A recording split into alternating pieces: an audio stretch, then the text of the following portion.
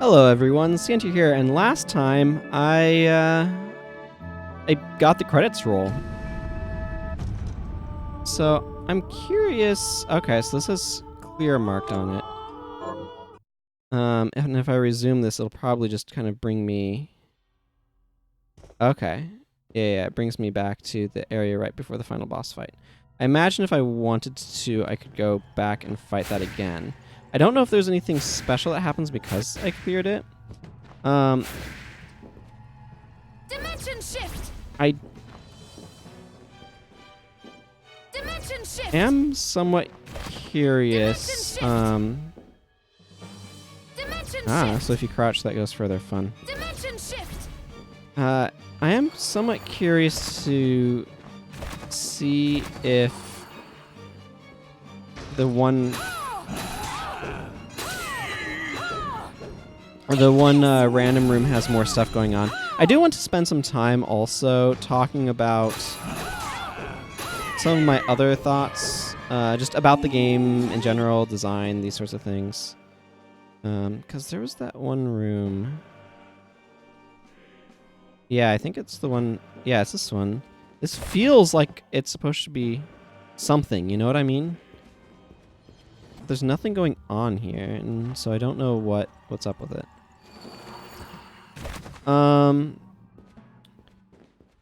So let's see.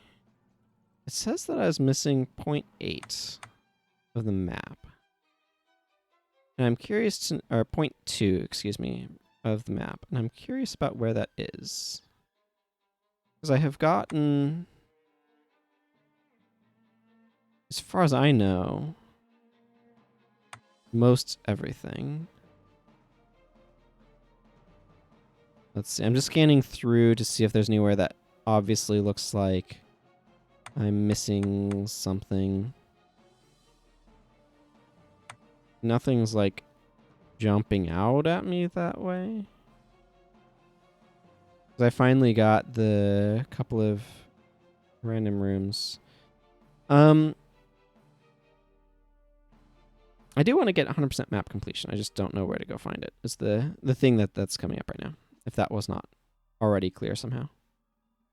All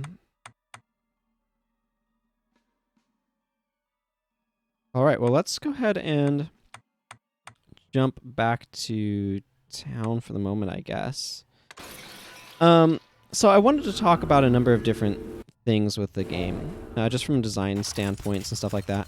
I've already done an entire episode talking about the food system, and I really do like the way that they handled food in this game. I think that is really interesting and engaging. I'm going to go ahead and change some of my gear over for random exploration. That gives 7 luck. Ribbon gives 7 luck. Let's go ahead and put that on. Why not? And I'm going to go ahead and put on the Plunderer's stuff. So that way I can get more items from enemies. Cool, that seems reasonable. And then pickpocket, because I want stronger pickpocketing skills. So there we are. Yay! So this game has a food system that I really like. It has overall I like the design of it. It has rough edges. It definitely has some definite rough edges. They've done an interesting job with balancing out the different types of weapons. So there's a bunch of different types of weapons. Is there a harvest here? I finished the art. Oh. I don't. So if we look, I still don't know where to get orichalcum, weirdly enough. If we look, so we have these spears. So we have spear class weapons. We have katana, great sword, club, more swords, rapiers, daggers, shoes. These have different ways of attacking, and they have some special weapons too, which is fun.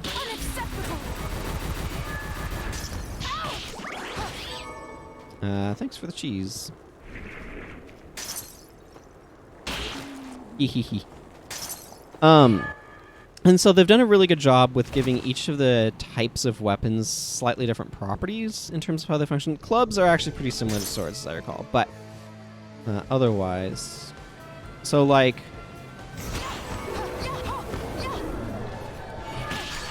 These have a specific... Like, boots have a specific way that they attack.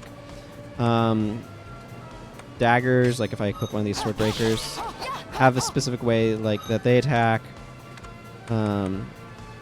Rapiers have a particular way that they function.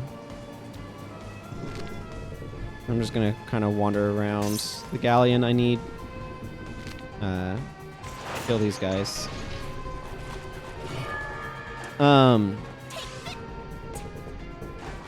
Let's see, and then so those are very stabby in this particular way, and then there's the swords.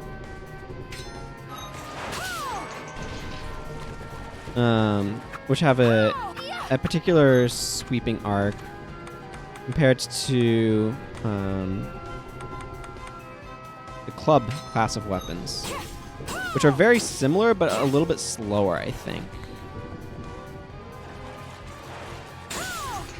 Get smacked. There's a chest over here I should open. Ah, that's a CD chest. So there's definitely some that are kind of similar. Rava Baral has its own way of operating.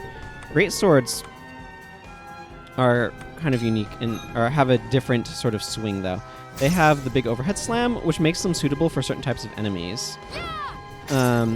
Which apparently there aren't any enemies there, but here's a guy. Whee!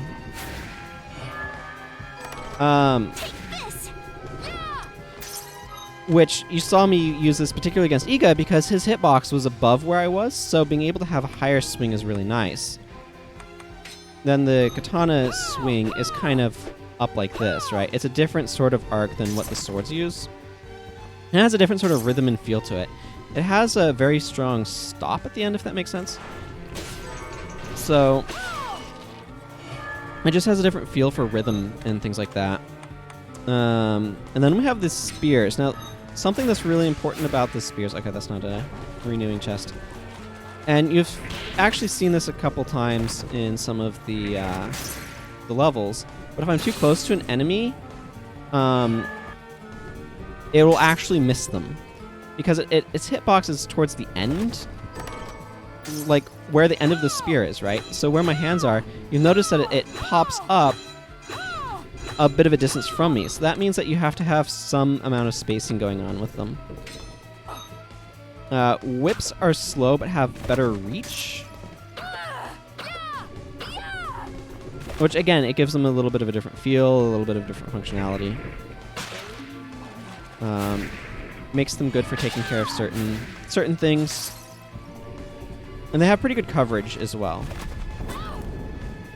Like, see how that hit up a level, for example. I didn't really use guns, though. And a lot of that is, like, these require ammo to be used and all that sort of stuff, and I just didn't want to experiment with those systems. So they did a neat job with making... Actually, I kind of want to feel the flying edge. Here it is. Both of these are classes swords, but they are kind of unique in their functionality.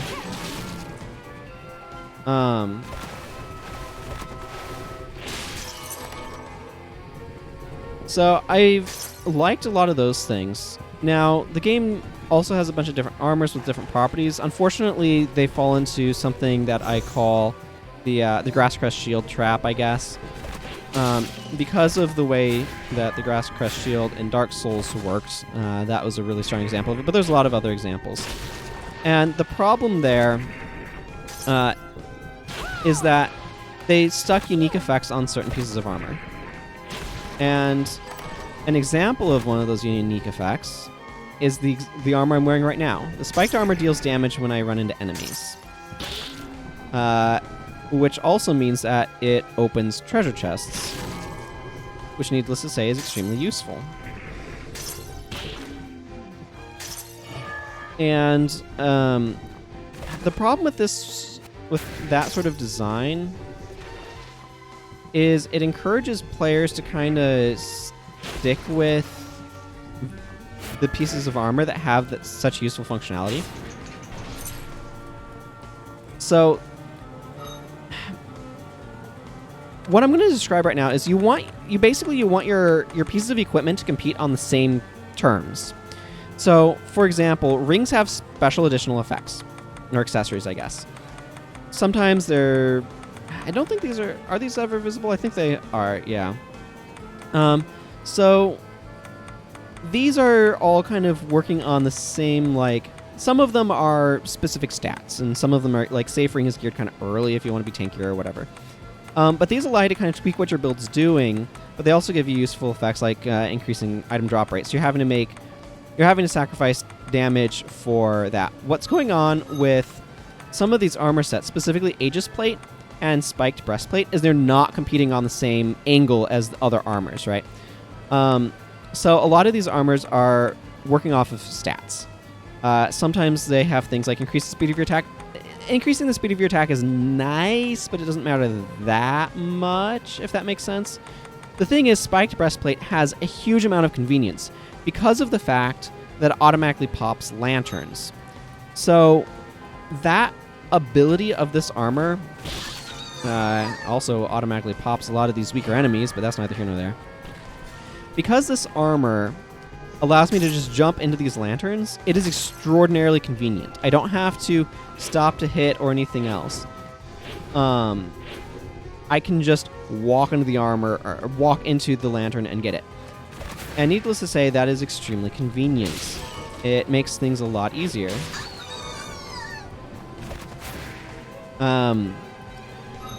The other one, the Aegis Plate, has the unique effect of preventing damage from hazardous stuff, particularly spikes, but all of the traps, right?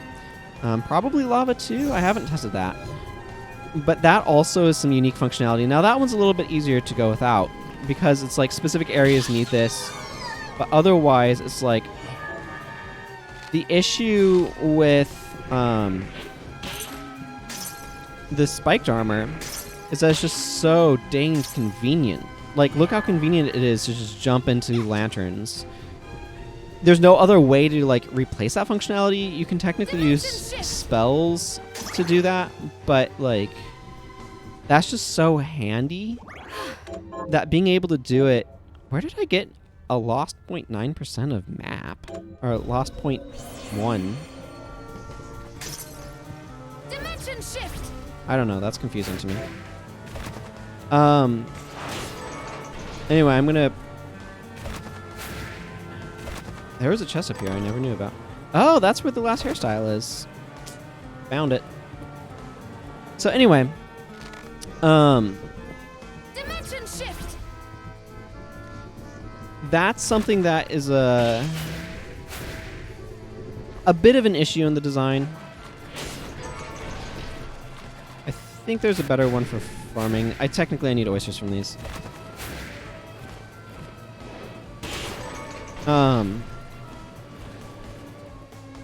Yeah, I was gonna hunt this guy. So that's one area where I have a little bit of complaint in that they're not competing in the same thing, if that makes sense. They're trying to compete on different angles. And that's just a bit irritating. How often do these guys drop?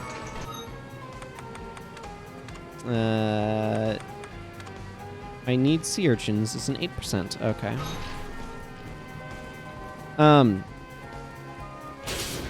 So let's see some other things. I like the way that the quests worked. They weren't overly complicated, but they gave you incentives to go after specific things, and I enjoyed that. Sure, we'll get more head flail.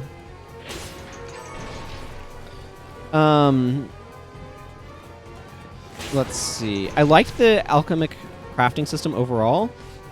So one of the things about a crafting system is you want to figure out how important it is to your game. So when you have a crafting system and you incorporate it into your game, how does it work? How important is it to your game? Like, so this game is a good example. Ooh, sea urchin. This game is a good example in that the crafting system allows you to get a lot of equipment and increases a lot of your power because they have the shard enhance. And that ability to enhance your shards does a lot for increasing your power, right? So one of the things that this game does a good job of, I think, is making crafting fit in a good spot. It's meaningful and valuable, so it's not a pointless thing, which is really important because otherwise crafting materials would not be a reward, right? So you want crafting materials to be something rewarding for the player to gain. I mean, like right now I'm trying to grab a crafting material in the form of sea urchins, which I need for cooking. I think I needed 2. Yeah, okay, there we go. And then I needed to go get soy sauce, so we will make our way elsewhere.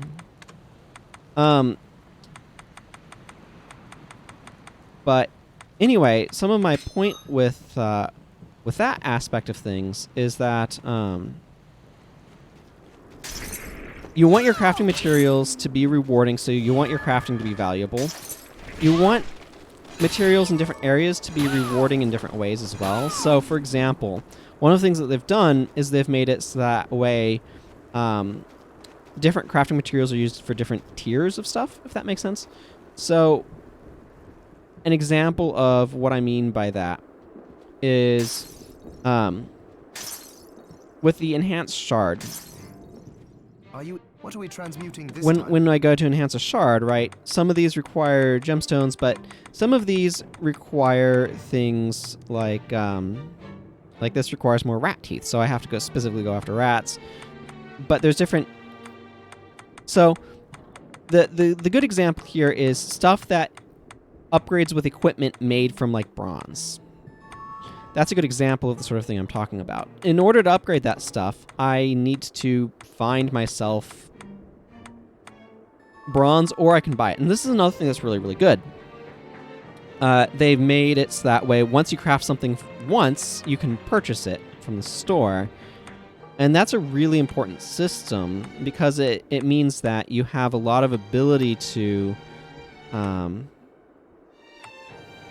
upgrade stuff that requires you to craft specific things without having to necessarily farm more copies of materials to be able to make those things, if that makes sense.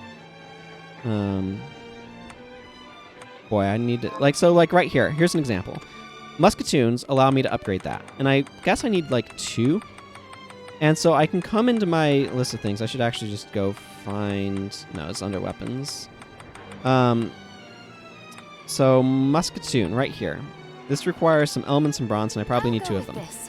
I have a use for this low-level equipment and for the low-level crafting material of bronze because I can use it to come in here and upgrade my firearm expertise. And then I can go and look. So that made bronze a valuable reward to me because acquiring bronze allowed it to be better, right? So if I go find my firearm expertise again, now I need Tanegishima. Tanegishima. That one's a bit of a mouthful. So I can go look at that. Okay, what do I need to make that particular weapon? Well, I need oak and steel. And I probably need 3 of them. So now, those crafting materials are feeding into a lot of systems. So they have a lot of systems to make these upgrade materials valuable in lots of ways. Okay, so that needs culverin, and it needs another culverin. So I need to make a second one. Which I remember seeing on the list. So I can make one of these. I'll go with this. Boom. And then I can enhance my firearm expertise all the way up. And now I've been able to make use of these crafting materials. Ooh, I need fiend hearts, eh? To be able to fully upgrade my firearm expertise.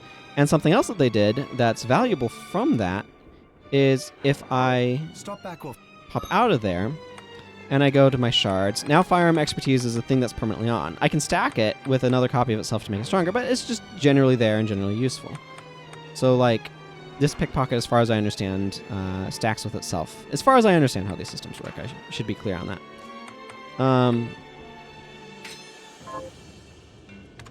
Let's equip something fun here. That's something I don't really use.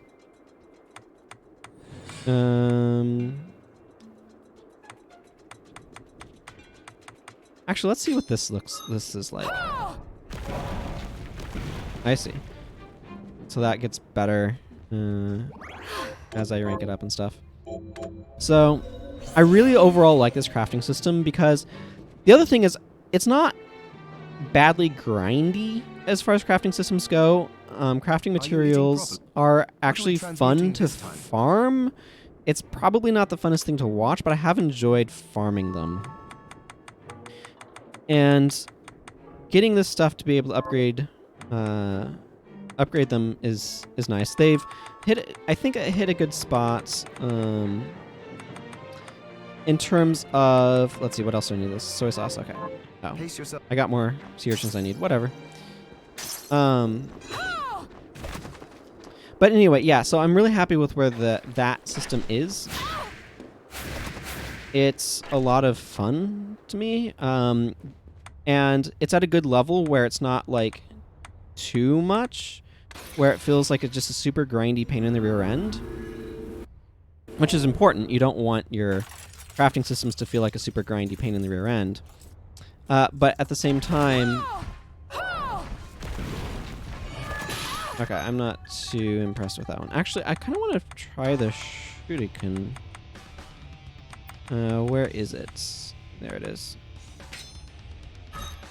Take this! Dimension shift! I wonder how much of this castle is built to play nicely with dimension shift or not. Oh. That's actually really strong.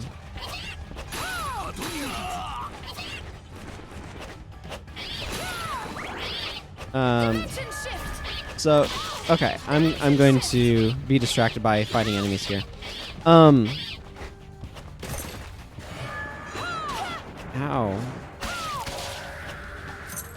Yeah, that's what you get. I'm looking for soy sauce. Take this!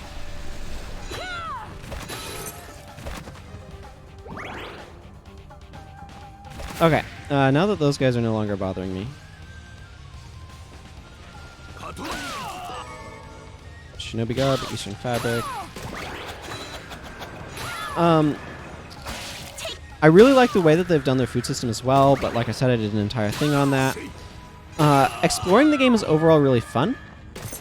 Like I said, there are spots that can be a little janky.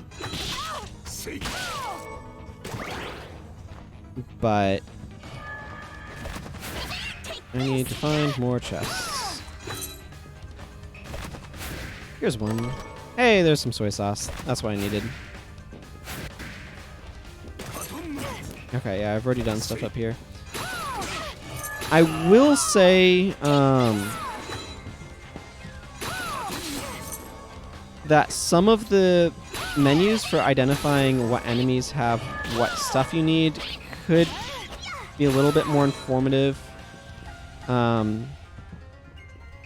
Let's just Warpstone out of here. They've done a pretty good job of distributing their waypoints as well for fast travel, which I appreciate. Okay, let's go make that food for the old lady. So, what'll it be? Oh wait, it is something that I've eaten, so it will... Yeah, here we are. I'll go with this. I do wish that some Come back if materials were a little bit easier to acquire. Soy sauce is a prime example of that. Like I wish that I could purchase it from Did you the store, but the fact that I can just like purchase food that I've already made kind of That's it. How did you know? helps with it. Oh, save some for me? I feel it. You're welcome. Don't give up. Is there anything else you'd like to eat? Yes, actually. I'll help you figure... Okay, and she'll... okay. I suppose I'll stick around and... Hello, miss. Oh, what would you like to buy? Yes, do you now sell these? Excellent. Ah, there it is. Apple risotto. Is this right? Here you are. Did you... Yes, I did. That's it. Oh, it's... You're welcome. Yay, I don't know what Demon Necklace does. Let's go see. A Demon Necklace that eliminates vulnerability when using shards? So wait, does that mean that I'm invulnerable while shard's activating? That sounds really good. Is there anything else you'd like to eat? Yes, actually. I'll help you figure... Noodles in broth. I suppose I'll stick around and... I think that's one I haven't been able to make yet. Let's go check. Okay, so let's get to It's good to see you. So, what'll a it couple be? of criticisms. One, unique dialogue that you get when you mash, or when you're talking to, say, Johannes here or Dominique. Dominique will give you information from Zangetsu. That one's not as bad, but Johannes here has had a couple of points where he's had specific dialogue, and the issue with that is that I skipped through part of it. Yeah, it's the soy ramen that requires fell leaf, but I can go try to get one of those. Okay, let's go try to get Stop back. fell leaf. Because I wasn't expecting it, I mashed through it. So something to kind of prevent that from happening, like maybe make it so that with the first text box can't just be skipped, or for like a second or something. I don't know, something to give you a moment to recognize that it's happening, so that way it doesn't happen. Another big complaint that I actually have of this game is that the controls are really fiddly. It doesn't take long to go into a crouch, and so that can be a little frustrating while moving. It's something that you get used to, but it does require a little bit of a precision with moving because, like you obviously can't see my control stick, but it doesn't take much to go into this crouch, which is a little frustrating. Also, the techniques are just a little hard for me to pull off. I appreciate that they exist, but fighting game, so I appreciate that the techniques exist, but that's a heck of a hike back. Oh well, whatever. But I just wish that there was another way of doing the techniques that didn't require me to do fighting game button inputs, just because I am pretty bad at that. So, I don't know, that's another point of criticism, I guess. I'm going to change... another thing actually on that front that's a little bit irritating. So they do have the shortcut thing, but if I'm wanting to just change one thing and then be able to change back, that can be a little frustrating at times. Oh, there's an orca. Oh, that's not what I was expecting that to do. That's significantly better than what I was expecting that to do.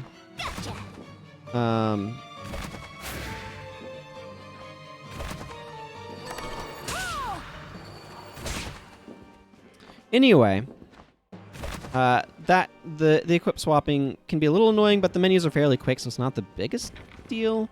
I just wish that there was a way that the shortcut system could have been set up to make that... I don't know. They don't have a really good way of addressing the issue, honestly. And I think they tried their best with the way that they set up shortcuts to work, so... It's just an unfortunate reality of the situation.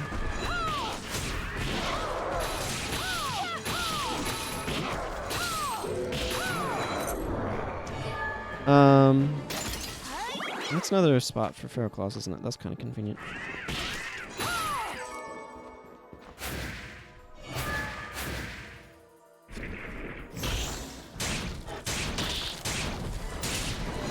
It's not the most impressive of things, but whatever.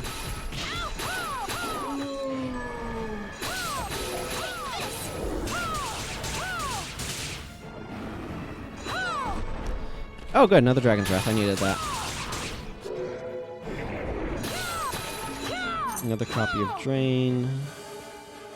I'm trying to think through specific things that I want to talk about.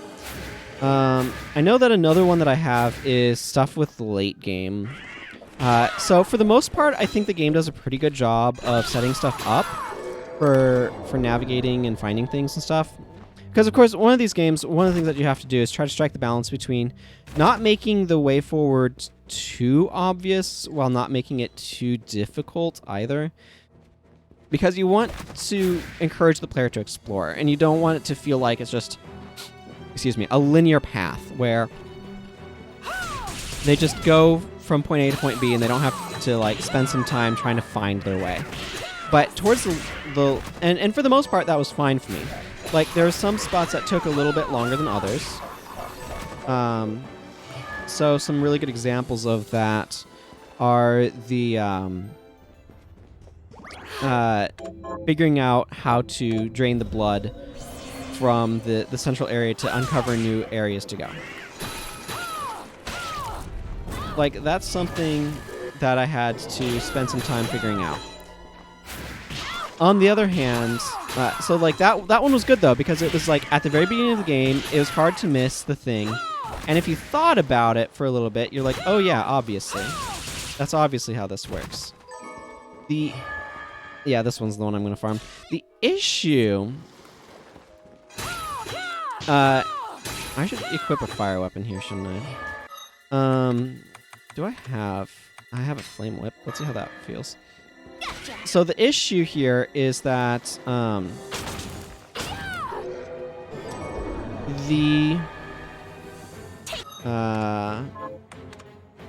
sorry, I'm thinking through my shards at the same time. Oh yeah, I can probably just shuriken it. Well, I know Flying Dagger works really well. I figure I might as well take out this guy too while I'm at it.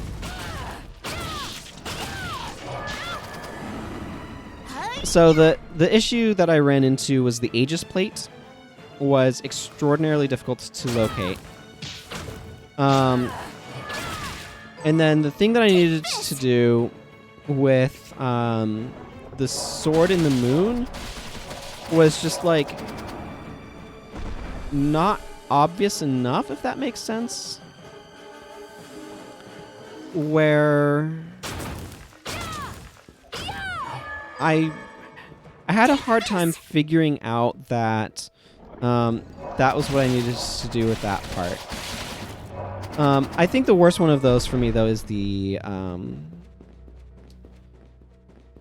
so basically the Aegis Plate is the worst one of those. Because, like, I could kind of figure out what I needed to do, but I couldn't quite figure out what I needed to do. And if I didn't have the context from the previous games, that the idea of an armor that made you impervious to spikes existed. But by previous games, I mean Castlevania Symphony of the Night, where there is that sort of item in the game. Without that context, I wouldn't have even thought that I needed to potentially find an item. And the other area, actually, that was particularly bad was the swimming one. The one where you have to get the Jetstream shard. So that idea that you need to get a specific shard, like random shard drop from an enemy, wasn't really in the game prior to that. So the fact that you have to do it then, when you hadn't had to do it prior, just made it very difficult to even guess that that's something that you might need to do. These things do not want to drop fell leaves, do they?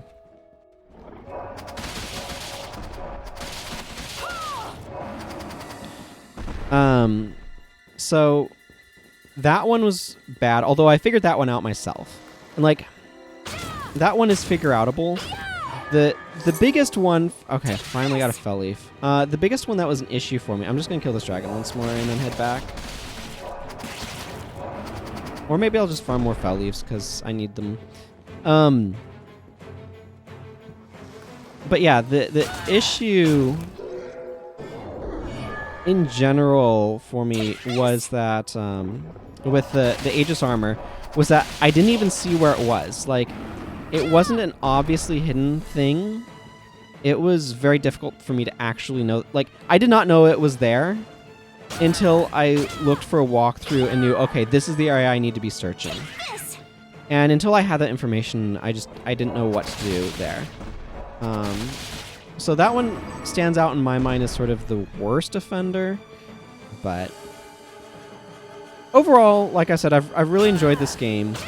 The crafting system is a highlight to me because I think it's really well crafted, and I think the game's a lot of fun, and I've really enjoyed playing it. So I'm really glad, like I said, to have backed it. I'm glad that I was able to do that, and I'm overall happy with how things turned out. I overall like how the game looks.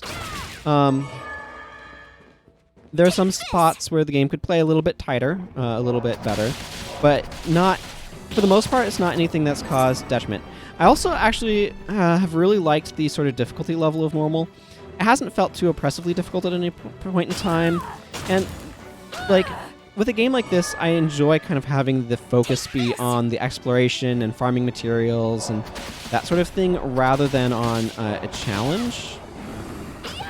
So I've actually really enjoyed where it landed, especially with some of the stuff towards the end of Hollow Knight. I'm not going to talk about Hollow Knight in too much detail here, but some of the stuff towards the end of that game was a little bit overly difficult, in my opinion.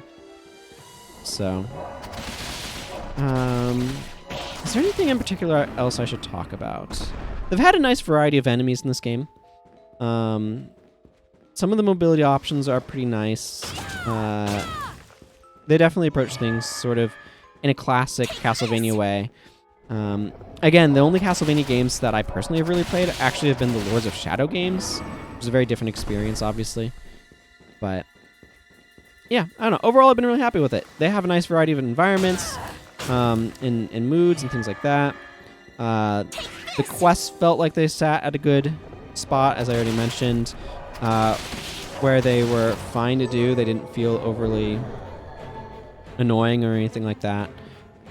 And the crafting system is a big highlight for me because I think it did a really good job of being compelling and interesting without being like overwrought and annoying.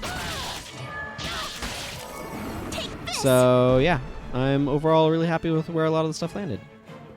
So I'm going to go ahead and kill this plant once more and then Waystone back. I think they've done a decent job with a lot of the equipment as well. I don't think the stats are too much. I would like to know a little bit more about what luck does. That would be nice. I should pick up more Waystones. I do like the fact that they capped, specifically that they put caps on It's good to see. So, what the soy ramen, please. I'll go with this. Great. Okay. What other foods are there? Okay, I haven't made nectar. I don't know how to get ambrosia. And dark matter requires witch's tears, and then I could make some. And then sukiyaki, which requires some soy sauce and some G-bone steaks. That's not too bad.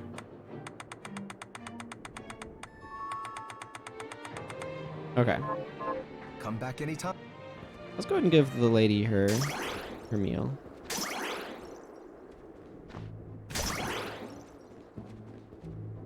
Did you bring? Yes. That's it. How did you know? Oh, it's delicious. Save some for me? I feel a little better. Thank you, miss. You're welcome. Don't give up. You're going to get through this. Gambler's ring. What does that do? Do I already have one? Yeah, I already do. Ring that bestows both luck and pluck to would-be gamblers. Is there anything else you'd like to eat? Yes, actually. I'll help you. Simmered dish. Ooh, this will get me a Dine's Leaf. I suppose I'll stick around and have a look around. Okay. Oh, what would you like to buy? I don't know what that one is. I know that I need a crumbly dish. I need the soy ramen because I haven't eaten that yet. Here you are. I should go back and look at her thing if I'm not figuring it out quickly enough. Oh, man. No, she already had an egg souffle. Okay, so that's a thing on a plate. Yellow with green things and it looks sliced. Oh, what would you like to buy? I don't know if I've made this particular thing yet. That's not it. I don't think. Is it? No, I don't think so. That's not quite right. Not that, because I already did that. Okay, I need to go look at this again. Okay, it looks like there's a leaf on top, and okay, let's go see if I have even done that one.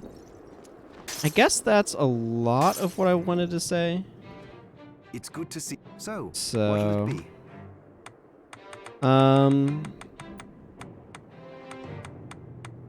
yeah, like this game is a lot of fun, and I'm happy with where a lot of the stuff ended up. So, and they have a lot of good variety to the shards. Like that's one of the things that I guess if I were to kind of like put a cap on it, impresses me the most about this game is that there's just a lot of really good variety in all of the stuff that you can do, like all of the stuff that they have in the game. They have a lot of variety in the equipment. They have a lot of variety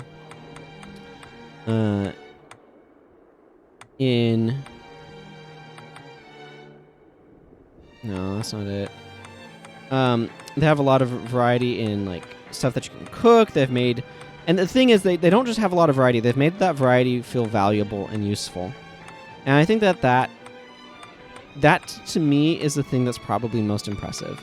Is that they have taken a game, made a ton of variety of things and a ton of different equipment, a ton of different abilities, a ton of different crafting materials, and they've made it overall feel like all of those different things are useful. And that, to me, is a huge accomplishment. So, anyway, I don't know what it is that she wants to eat. I don't think I've seen it before.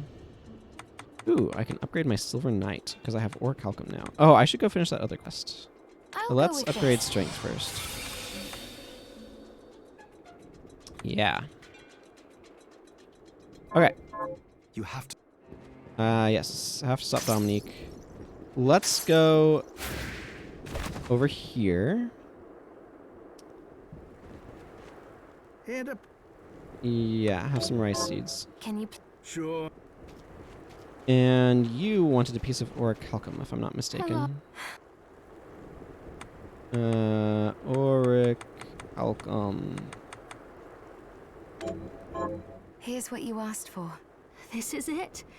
That's... This is the keepsake I'm looking for. Right. I need an ancient tiara. Thank you.